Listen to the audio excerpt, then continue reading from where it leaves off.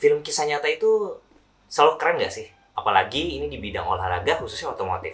Nah, di video kali ini gue bakal ceritain hal-hal penting yang gue pelajari dari film Ford versus Ferrari.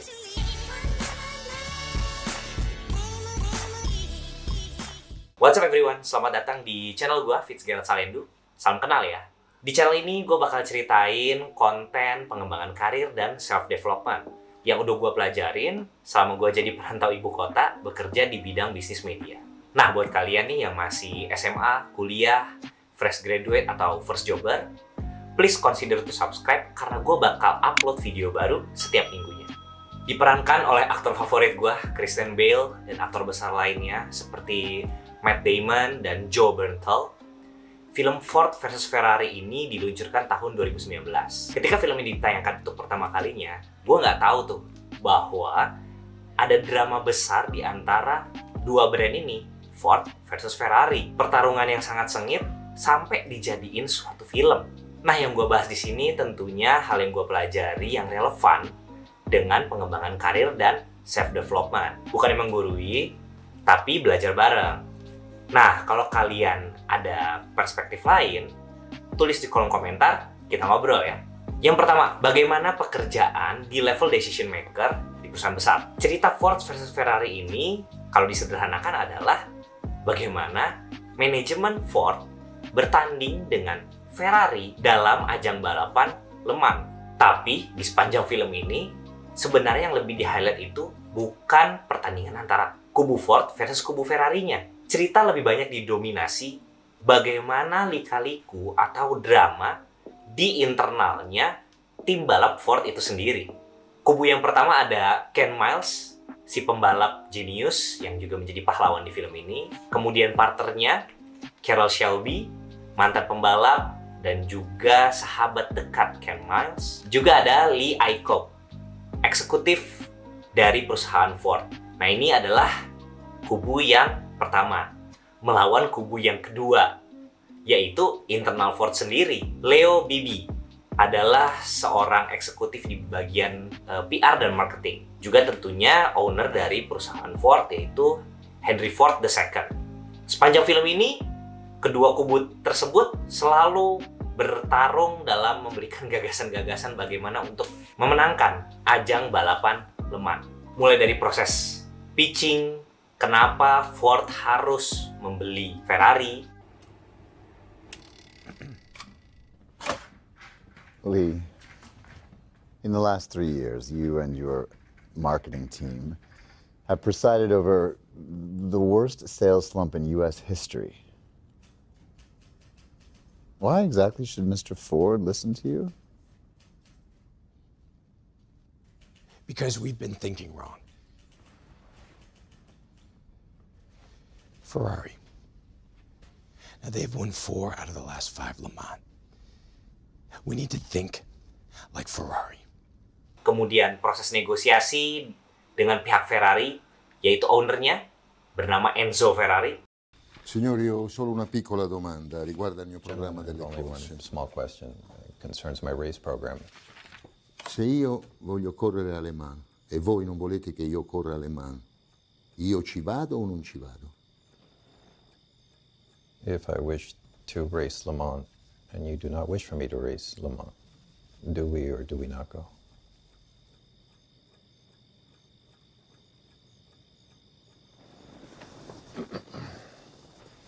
Look, in that highly unlikely scenario, if we just can't agree, then yes. I mean, no. You are correct. You do not go. In quel caso, se non dovessi... Grazie, ho capito. La mia dignità di costruttore, di uomo, di italiano è profondamente offesa dalla vostra proposta. My integrity as a constructor, as a man, as an Italian, is deeply insulted by your proposal. Kemudian perebutan pengambilan keputusan di tim balapnya Ford, bahkan sampai adu gagasan. Bagaimana foto ideal yang terbaik di akhir ajang balapan Le Mans. Nah, dari sini kita bisa belajar ya bahwa kenyataannya di dunia profesional, eksekutif, direktur, komisaris, business owner, itu pertarungannya bukan dengan pihak eksternal atau misalnya kompetitor. Tapi kebanyakan pertarungannya itu malah di internalnya itu sendiri.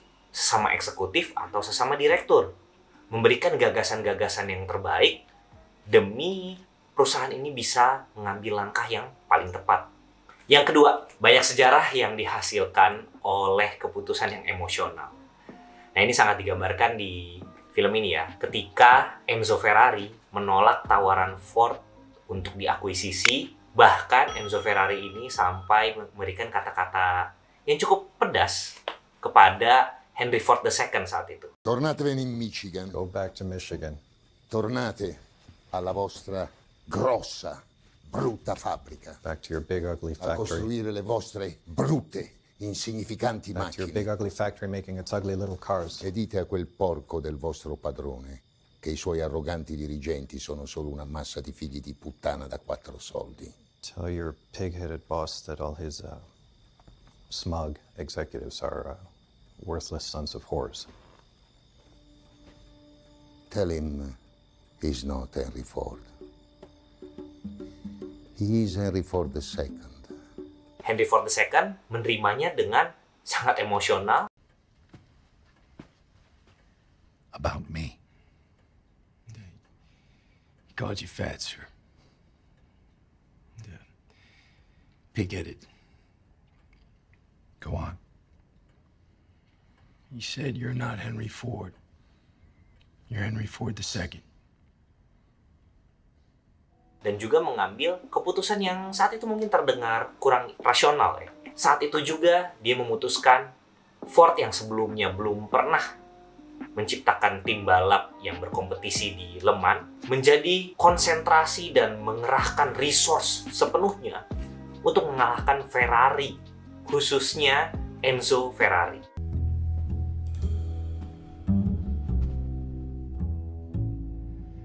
I want the best engineers,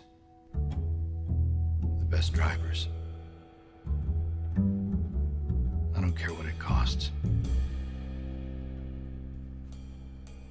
We're gonna build a race car.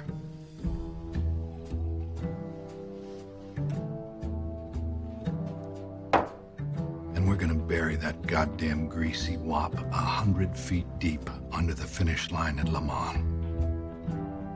And I will be there to watch it. Nah, dari sini kita juga bisa belajar ya bahwa banyak loh keputusan-keputusan yang besar, monumental, bersejarah yang sebenarnya itu didasari oleh keputusan yang sangat personal dan kadang-kadang irasional. Dan itu bisa berlaku di banyak organisasi seperti perusahaan swasta, BUMN, atau bahkan negara-negara juga. Maka dari itu, kalaupun mengambil keputusan yang ekstrim seperti itu, pastiin juga bisa dieksekusi dengan baik dengan tim yang sangat mumpuni.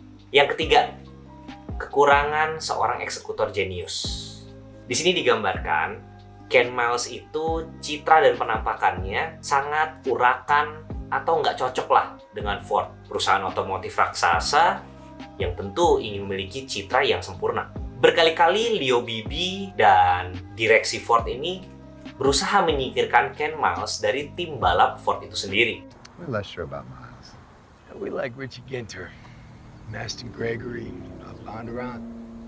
Well, you're gonna want the best driver for the car, understands the machine. That's Ken. Yes! More of that, please. More of that, my girl. I may not get the finer points of racing, Mr. Shelby, but I do know people. Miles is well, he's a beatnik. Dresses like one. Ford means reliability. Ken Miles not a Ford man. Oh! Giddy up! Giddy up! Padahal jelas dari sejarah dan film ini, Ken Miles adalah orang yang sangat penting bagi tim balap Ford memenangkan Le Mans melawan tim Ferrari. Lalu apa yang bisa kita pelajari di sini? Di banyak case, orang-orang eksekutor jenius itu memang ada, khususnya di bagian pengembangan produk. Contohnya, seperti artis yang menghasilkan karya musik, karya film, kemudian juga engineer, orang IT misalnya, Orang-orang yang berperan di bagian produk atau berprofesi khususnya untuk mengembangkan produk di perusahaan memang punya tendensi agak memiliki kekurangan berinteraksi dengan orang. Karena mereka merasa tugas mereka adalah mengembangkan produknya. Tapi bukan berarti harus melepaskan kemampuan berinteraksi dengan orang lain. Sehingga banyak friksi-friksi gara-gara orang-orang yang jenius dengan produknya ini tidak cocok dengan departemen lain. Disinilah pentingnya peran lain dari eksekutor jenius. Bila eksekutor jenius di film ini adalah Ken Miles yang sangat obsesif dengan kemampuan balapannya, kemampuannya membangun mobil balap, ada juga Carroll Shelby, seorang pebisnis yang juga mantan pembalap. Ada juga eksekutif lain seperti Lee Iacocca yang bisa menyeimbangkan komposisi tim balap yang berisi orang seperti Ken Miles ini bisa memberikan hasil yang terbaik meskipun memiliki kekurangan. Baik lagi, untuk menciptakan tim yang hebat harus berisi orang-orang hebat dan jenius di masing-masing bidang yang berbeda. Oke, itu aja hal-hal yang penting yang gue pelajari dari film Ford versus Ferrari. Keren banget secara sinematik, alur cerita. Ada juga sih yang didramatisasi untuk kepentingan film layar lebar kan. Kalian bisa cek mana yang fakta, mana yang fiktif juga di internet. Yang pasti buat kalian yang mulai masuk usia 20-an, ingin bekerja sebagai karyawan, profesional, atau bahkan memulai bisnis, film dari kisah nyata ini wajib banget ditonton menurut gue. Kalau dari kalian mungkin yang udah nonton filmnya, ada perspektif lain atau ada poin yang mungkin gue lewatin, share dong. Tulis di kolom komentar, kita ngobrol ya. Oke, gue akhiri aja video ini. Thank you udah nonton. Sampai ketemu di video berikutnya. I'm Gerald signing out. Bye-bye.